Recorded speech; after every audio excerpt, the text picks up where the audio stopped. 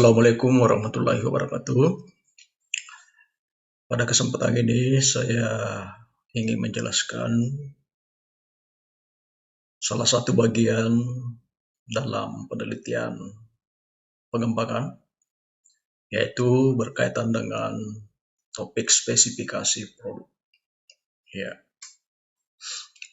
penelitian pengembangan seperti yang kita ketahui adalah proses yang digunakan untuk mengembangkan dan memvalidasi suatu produk pendidikan. Apa produk yang dikembangkan itu bisa perangkat, model, atau sistem. Ya, perangkat itu bisa dalam bentuk media, modul, video, software, dan sebagainya, atau model. Nah, ini bisa strategi, metode, teknik. Ya. Jadi yang dikembangkan itu adalah suatu tahapan-tahapan tertentu dari suatu strategi atau suatu metode atau suatu teknik. Bisa juga lebih luas, yaitu suatu sistem. Ya, seperti standar prosedur kerja dalam suatu organisasi, kerangka kerja organisasi, sistem rekrutmen. Nah, itu melibatkan satu berbagai komponen-komponen sehingga menjadi satu sistem. Ya. Tapi pada umumnya kalau kita melihat penelitian skripsi, tesis maupun disertasi, ya paling tidak itu adalah kebanyakan ya mengembangkan, kalau bukan perangkat ya model, ya, atau gabungan dari keduanya.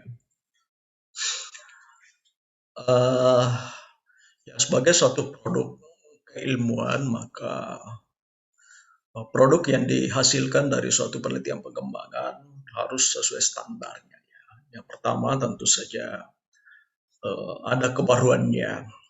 Ya, kebaruan itu bisa dalam arti menambah dimensi dari yang sudah ada.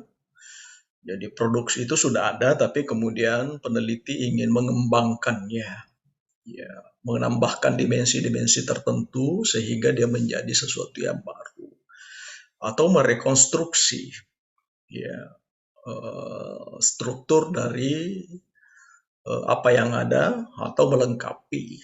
Ya. Dan kemudian yang dikembangkan itu sesuai dengan kebutuhan lapangan. Jadi bukan mengembangkan begitu saja, tapi merespon permasalahan, memperhitungkan situasi kondisi lapangan. Itulah sebabnya dalam penelitian pengembangan ada namanya asesmen kebutuhan. Lalu memiliki kerangka konsep yang kuat. Ya, jadi penelitian pengembangan itu menghasilkan produk tidak sama dengan membuat modul misalnya, tidak melalui riset pengembangan. Ya, karena riset pengembangan itu adalah proses ilmiah.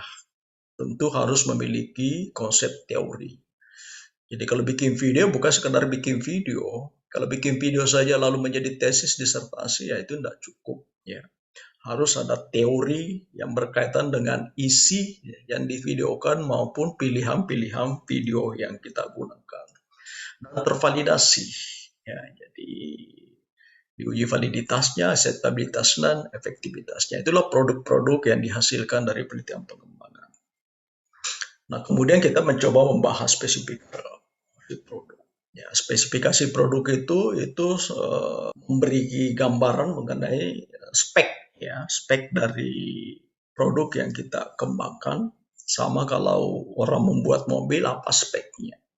CC-nya berapa, jenisnya apa, ya, kecepatannya bagaimana, dia menggunakan misalnya bahan bakar apa, itulah spek, ya. Ya, dimuat berapa. Nah, ketika kita mengembangkan satu produk itu harus jelas speknya, spesifikasinya. Ya, dan spesifikasi itu ada spesifikasi konten, isi. Tentu saja ini penting. Ya. Apa sih kekhasan dari sisi isi dari apa yang kita buat? Ya. Tujuan umumnya mungkin itu sama dengan yang lain, tapi barangkali isi materi muatan yang tercakup di dalamnya apa itu, apa saja, dan dari konsep mana dibuat. Ya. Ya, jadi tidak sekedar ada isinya lalu kita membuat semacam membuat buku lalu kita mengarang ada di pikiran kita. Ya, kalau pengembangan produk harus jelas kenapa isinya seperti itu, dari mana kita mengembangkan isi itu. Ya, rujukan kita apa sehingga muatannya seperti itu. Ya, namanya juga penelitian pengembangan yang harus ada kejelasan mengenai acuan-acuan teoritik yang kita gunakan dari sisi memilih kontennya. Ya. Nah, kemudian spek berikut adalah spek device atau tools, ya, software-nya. Ya, karena biasanya kalau kita mengembangkan produk pendidikan itu ada kontennya, tapi kemudian ada kemasan. Ya, konten itu dikemas dengan media apa, dengan software apa speknya, misalnya ya jenis perangkat apa yang digunakan untuk memuat isinya itu, ya lalu kemudian struktur dan konstruksinya akan dibuat seperti apa. Kalau kita membuat mau apa video itu terdiri dari apa, jenis videonya apa, ya seperti itu namanya spek. Ya. Lalu elemen-elemen pendukung apa yang diperlukan untuk menjalankan aspek-aspek tools atau device itu. Ya. Nah, berikut adalah spesifikasi framework. Ya, jadi bagaimana menggunakannya? Ya, langkahmu penggunaannya seperti apa? Ya, tentu isinya nanti, tapi di spesifikasi produk kita sudah harus menjelaskan ini. Uh, ini nanti digunakan bagaimana langkah-langkah terdiri dari 3 langkah misalnya, terdiri 4 langkah. Setiap langkah akan diisi dengan sub-sub langkah misalnya. Itu namanya framework ya. Nah, sesi kegiatan materi yang tercakup di dalam produk kita itu seperti apa ya. Dan kemudian latar penggunaannya digunakan di mana? Ya, digunakan di mana? Online atau seperti apa? Ya, itu namanya spesifikasi kerangka kerjanya. Lalu yang terakhir itu adalah spesifikasi penggunanya. Siapa sih pengguna? Ya, ini yang kita kembangkan itu untuk siapa? Ya, pertama tentu lembaga, satuan pendidikan apa yang akan menggunakan? TK, SMP, SMA, SMK, perguruan tinggi, atau masyarakat, atau keluarga. Ya, lalu kemudian siapa ya operator perangkat. Biasanya kalau dalam bimbingan konseling kita pisahkan pengguna bimbing konselor, ya guru BK. Jadi apakah modul atau media yang kita kembangkan itu langsung untuk guru BK atau langsung kepada target penerima layanan siswa atau dua-duanya. Ini akan beda sekali ketika produk itu nanti kita buat ya. Karena yang kita buat untuk guru BK tentu beda kalau kita buat untuk siswa misalnya. Ya. Itulah sebabnya kita perlu menspesifikasinya supaya orang tidak salah paham. Ini yang kita buat ini untuk siapa sih? Ya, dan di level mana? Nah, itulah 4 macam spesifikasi produk yang perlu diperjelas. Biasanya kalau di proposal ataupun laporan penelitian skripsi di bab 1 itu sudah ada. Kemudian ya begitu juga tesis disertasi di bab 1 biasa itu ada spesifikasi produk. Tapi kemudian spesifikasi produk itu juga tentu harus nanti tergambarkan dengan baik di kerangka pikir penelitian kita. Nah, kemudian ini juga yang sering menjadi diabaikan oleh mahasiswa, yaitu produk. Ya. Ada 2 macam produk yang harus dilaporkan. Produk utama tentu produk yang kita mau buat. Jadi kalau kita membuat misalnya software tertentu ya softwarenya. Softwarenya itu boleh jadi berbasis website misalnya atau berbasis Android. Ya itu yang kita buat dan itu kita tidak bisa lihat. Tapi harus ada manualnya. Itu namanya produk sekunder. Produk apapun yang dibuat harus ada produk sekunder termasuk modul. Ya modul itu adalah produk utama yang kita buat kalau modul atau media. Tapi sebagai bagian dari pertanggungjawaban ilmiah, ada manual yang menjelaskan tentang produk kita. Sama kalau kita beli TV ya. Pembuat TV itu ada manualnya, manual penggunaannya. Ya kalau orang mengembangkan mobilnya adalah produk utama.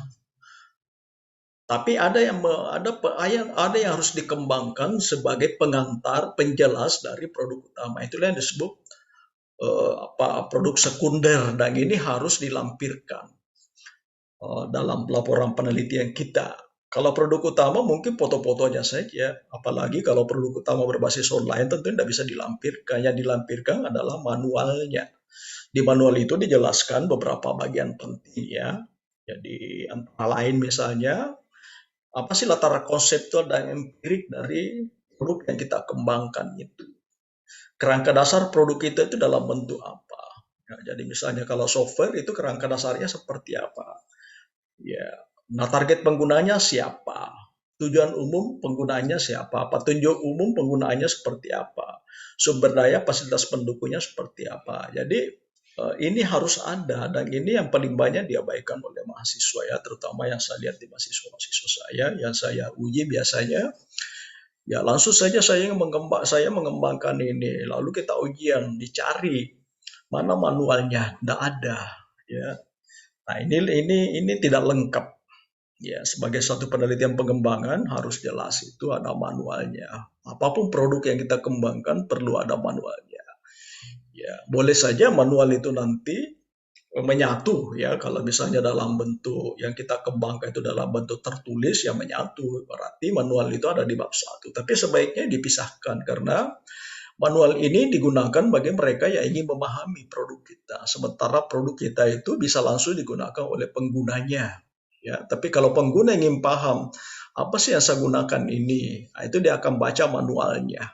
Ya, nah, seperti itu saudara. Bagaimanakah spesifikasi produk dari suatu penelitian pengembangan? Demikian, Assalamualaikum warahmatullahi wabarakatuh.